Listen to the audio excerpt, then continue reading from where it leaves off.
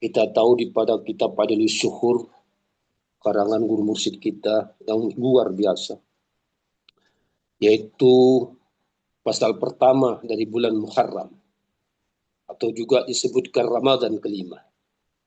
Abah mursyid kita membagikan surat bulan Hijrah Muharram itu dibagi 4 huruf. Yang pertama adalah mim, mujahadatun nafsi, melawan hawa nafsu. Yang kedua ha, hifzul hormat, menjaga kehormatan.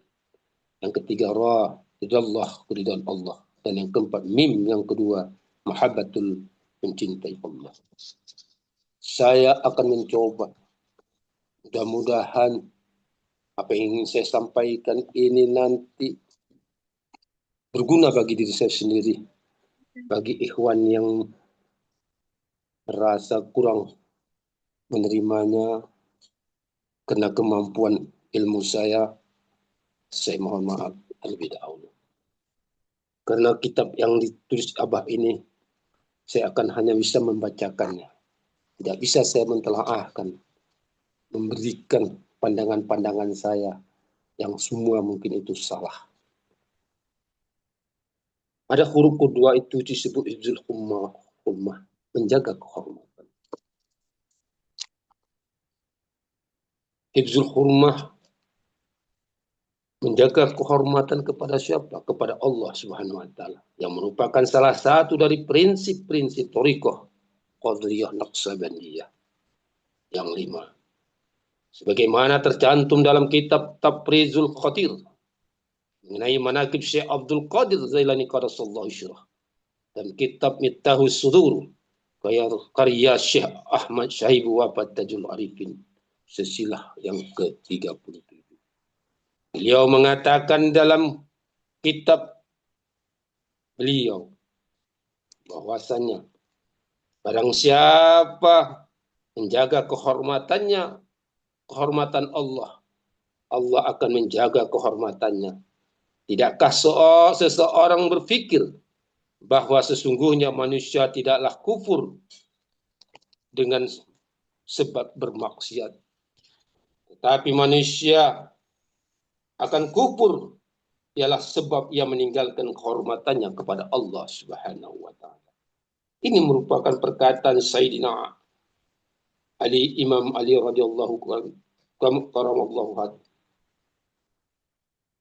Allah Subhanahu wa taala berfirman, Bismillahirrahmanirrahim. Walaqad khalaqnakum thumma sawwarnakum thumma qulna lil malaikati asjudu li adama fasajadu illa iblis lam yakun minasyajirin. Sesungguhnya kami telah menciptakan kamu Adam, lalu kami bentuk tubuhmu. Kemudian kami katakan kepada para malaikat, bersujudlah kamu kepada Adam. Maka mereka pun bersujud, kecuali iblis. Dia tidak termasuk mereka yang bersujud. Lalu Allah berfirman, apakah yang menghalangimu untuk bersujud? Iblis menjawab, ana khairan minhu khalaqtani min nari wa khalaqtahu min tin. Qala fahbit minha fama yakunu laka antat fabala fiha wa akhruj innaka minas saghirin. Al-A'raf ayat ke-11. Allah bertanya, apakah yang menghalangimu untuk bersujud kepada Allah di waktu aku menyuruhmu? Lalu iblis menjawab dengan kesombongannya, karena dia memandang dia lebih tinggi, makhluk yang paling tinggi, yang punya ilmu yang sangat tinggi. Bahkan iblis ini pernah diangkat menjadi pemimpin para malaikat pada masa itu. Lalu iblis menjawab, Saya lebih baik daripadanya. Engkau ciptakan aku dari api, sedang dia engkau ciptakan dari tanah. Lalu Allah berfirman, turunlah kamu dari surga itu, karena kamu tidak sepatutnya menyombongkan diri di dalamnya. Maka keluarlah, sesungguhnya kamu termasuk orang-orang yang hina. Quran Al-A'raf 11 dan 13. Di dalam ayat lain, Allah juga berfirman, dan dia iblis termasuk golongan yang kafir. Quran Al-Baqarah 34. Dalam kitab Sirul Asrar dikatakan, kenapa iblis tidak mau menunduk kepada Adam? Karena iblis melihat Adam secara jasadiah, secara syariat diciptakan dari tanah yang hina atin. Iblis tidak melihat ruh daripada Adam. Padahal dalam kitab Sirul Asrar dikatakan, karangan Tuan Syekh Abdul Qadir Al-Zailani silsilah yang ke-19 dikatakan, Allah menciptakan pertama kali adalah Nur Muhammad dari Jamalullahnya. Dan Allah menciptakan manusia, ruh manusia daripada Nur Muhammad. Dan Allah menciptakan malaikat dari cahaya Nur Muhammad. Apakah beda Nur Muhammad dengan cahaya Nur Muhammad? Nur Muhammad adalah inti, sedangkan cahaya itu adalah pantulan daripada Nur. Sedangkan iblis diciptakan dari api. Maka di saat Allah memerintahkan kepada iblis untuk sujud kepada Adam alaihissalam, iblis hanya memandang secara jahiliyah. Iblis hanya mendapat melihat jasad, ciptaan jasad Nabi Adam alaihissalam dari sebuah tanah. Allah menutup hijab sehingga dia sombong tidak mau sujud. Padahal dia tidak tahu Allah tidak akan ciptakan iblis kalau tidak ada Nur Muhammad. Mengapa malaikat sujud kepada Adam alaihissalam? Bukan karena Adamnya malaikat sujud, tetapi malaikat melihat Allah membuka hijab pada malaikat, yaitu Nur Muhammad yang ada pada ruh asal mula ciptaan manusia. Inilah yang mengakibatkan malaikat sujud, sedangkan iblis tidak dapat melihat hal tersebut. Karena apa? Karena kesombongannya iblis ini tadi. Maka sesungguhnya orang yang sombong, orang yang menganggap dirinya lebih baik dan lebih hebat daripada orang lain, maka sesungguhnya orang itu tidak melihat. Maka jangan kita melihat casing seseorang. Kadang-kadang casing seseorang itu hina di pandangan manusia, tapi mulia di pandangan Allah Subhanahu wa taala. Inilah perlunya kita bertauhid. Selalu ingat kepada Allah, karena Allah lah tempat kita kembali. Mengagungkan kehormatan orang yang beriman adalah sebagian dari bentuk mengagungkan kehormatan Allah. Dengannya seorang hamba dapat sampai pada tingkat ketakwaan yang sebenar-benarnya. Sebagaimana dikatakan oleh Ahmad ibnu Masruq, wafat 299 Hijrah, lebih kurang 300 tahun setelah masa baginda Rasulullah Muhammad SAW. Ini dah di zaman tabi'in. Bukan masa sahabat, masa tabi'in lagi. Dikutipkan dalam kitab Risalah Qusairiyah. Allah SWT berfirman, Bismillahirrahmanirrahim. Dzalika wa man yu'azzimu hurmatillah wa huwa khairun lahu 'inda rabbih. Al-Hajj 30. Demikianlah perintah Allah. Dan barang siapa yang mengagungkan apa yang terhormat di sisi Allah, maka itu lebih baik baginya di sisi Tuhannya. Maka perintah solat itu merupakan kehormatan kepada Allah SWT, walaupun Allah sendiri tidak solat. Apabila kita tidak melaksanakan solat, maka kita melanggar kehormatan Allah Subhanahu wa taala. Karena solat itu diambil langsung oleh baginda Rasulullah Muhammad sallallahu alaihi wasallam ke Sidratul Muntaha, yang mana malaikat sendiri tidak mampu sampai ke sana. akan terbakar dia. Karena itu adalah alam lahud. Alam diciptakannya Nur Muhammad. Maka itu adalah kehormatan. Kehormatan kepada kedua orang tua. Kehormatan kepada Allah SWT, tidak mensyirikkan Allah SWT dari benda dan apapun. Kita tidak melaksanakan perdukunan, tidak melaksanakan peramalan, tidak melaksanakan sesuatu yang merusak akidah kita kepada Allah SWT. Ini kehormatan Allah.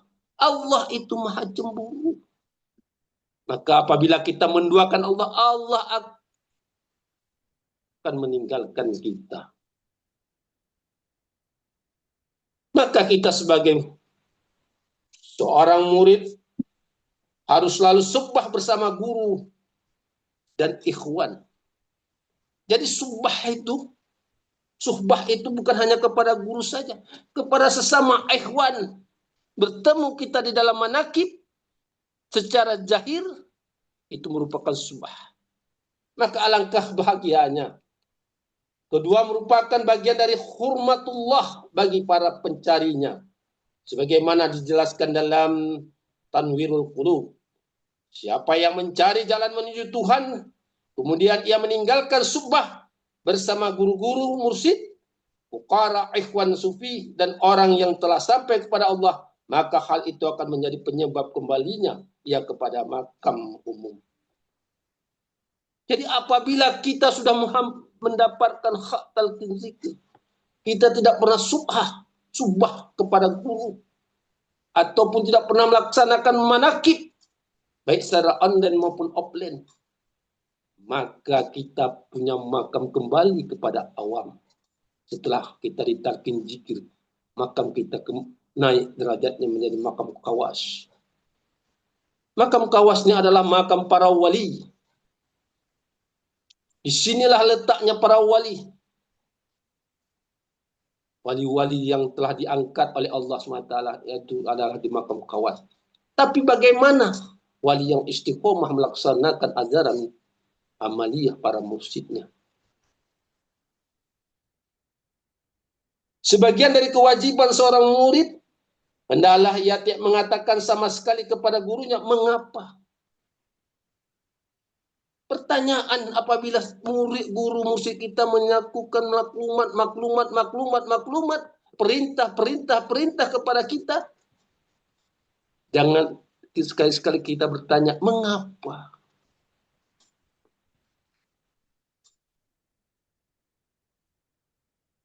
Para syekh thariqah telah sepakat bahwasanya setiap murid yang berkata kepada syekhnya, mengapa? Ia tidak akan memperoleh keberhasilan dalam berthariqah. Sebagaimana Syekh Abdul Rahman Az-Zili radhiyallahu anhu berkata, seringkali seorang murid terhalang dari peningkatannya makam dalam thariqah, dikarenakan ia bertanya kepada gurunya, mengapa? Sebab pertanyaan itu merupakan suatu dosa menurut ahli thariqah. Maka apabila kita bertanya, ragu kita bertanya, mengapa? Maka sesungguhnya kita tidak ada adab. Itu termasuk adabul adab. Karena thariqah ini adalah akhlak, adab. Menghormati yang lebih tua, menyayangi yang lebih muda, menyayangi fakir miskin, memberikan nafkah dan sedekah kepada pekerja. Ini adalah jalan thariqah. Saling kasih sayang terhadap manusia. Maka apabila kita selalu mengatakan mengapa, maka kita sudah kembali ke makam yang saya katakan tadi.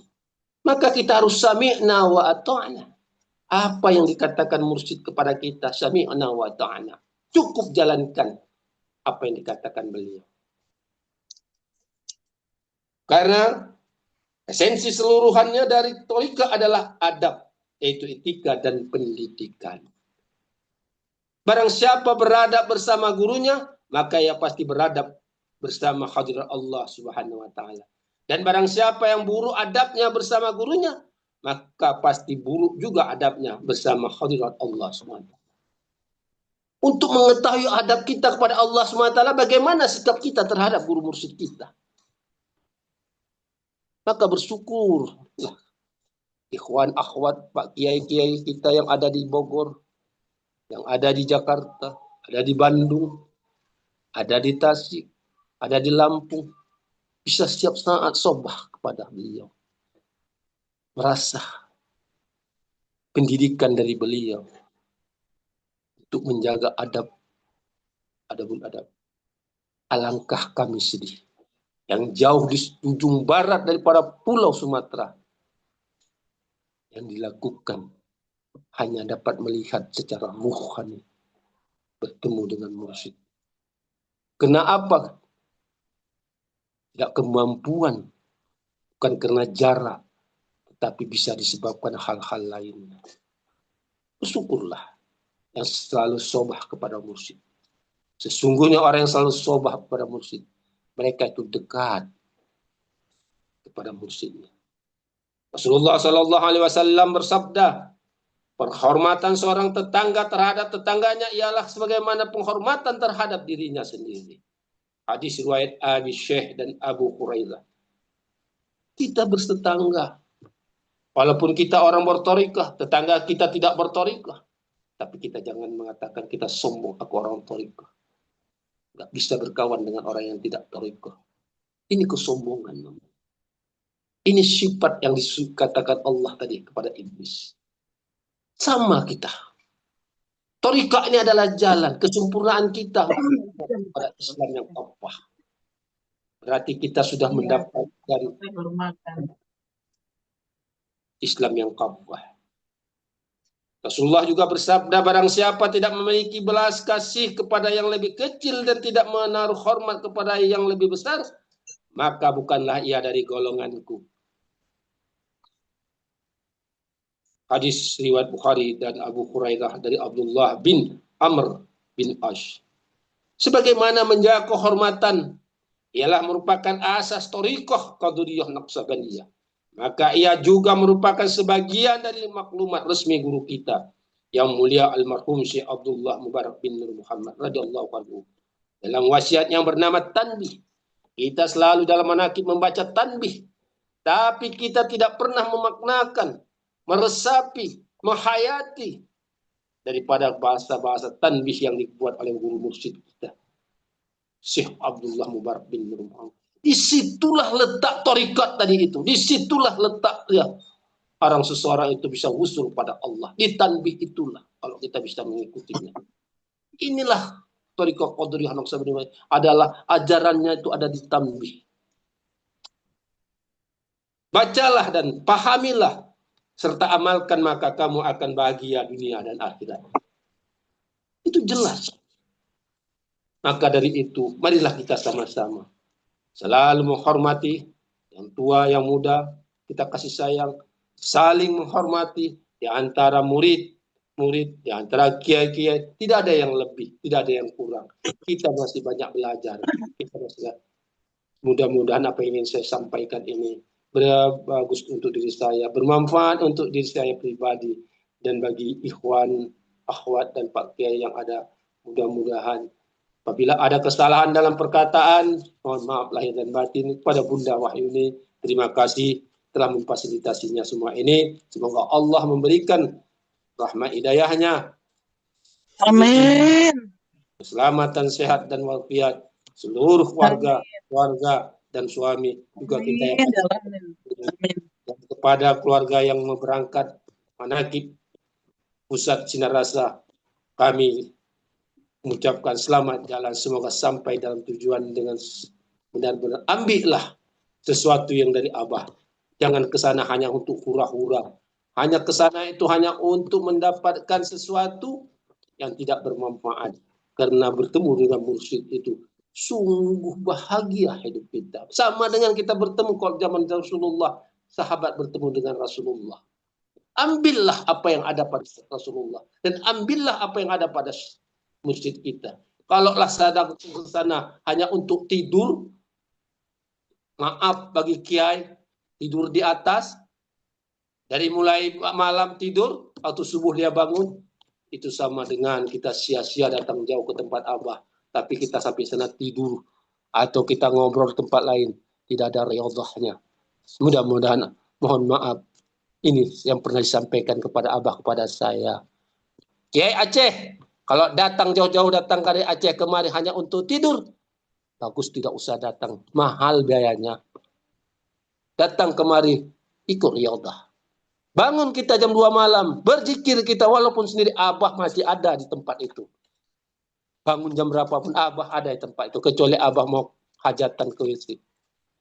Inilah syukur alhamdulillah bagi sahabat-sahabat, ikhwan dan akhwat dan pak kiai yang dapat pulang ke sana. Wabillahi taufiq wal hidayah.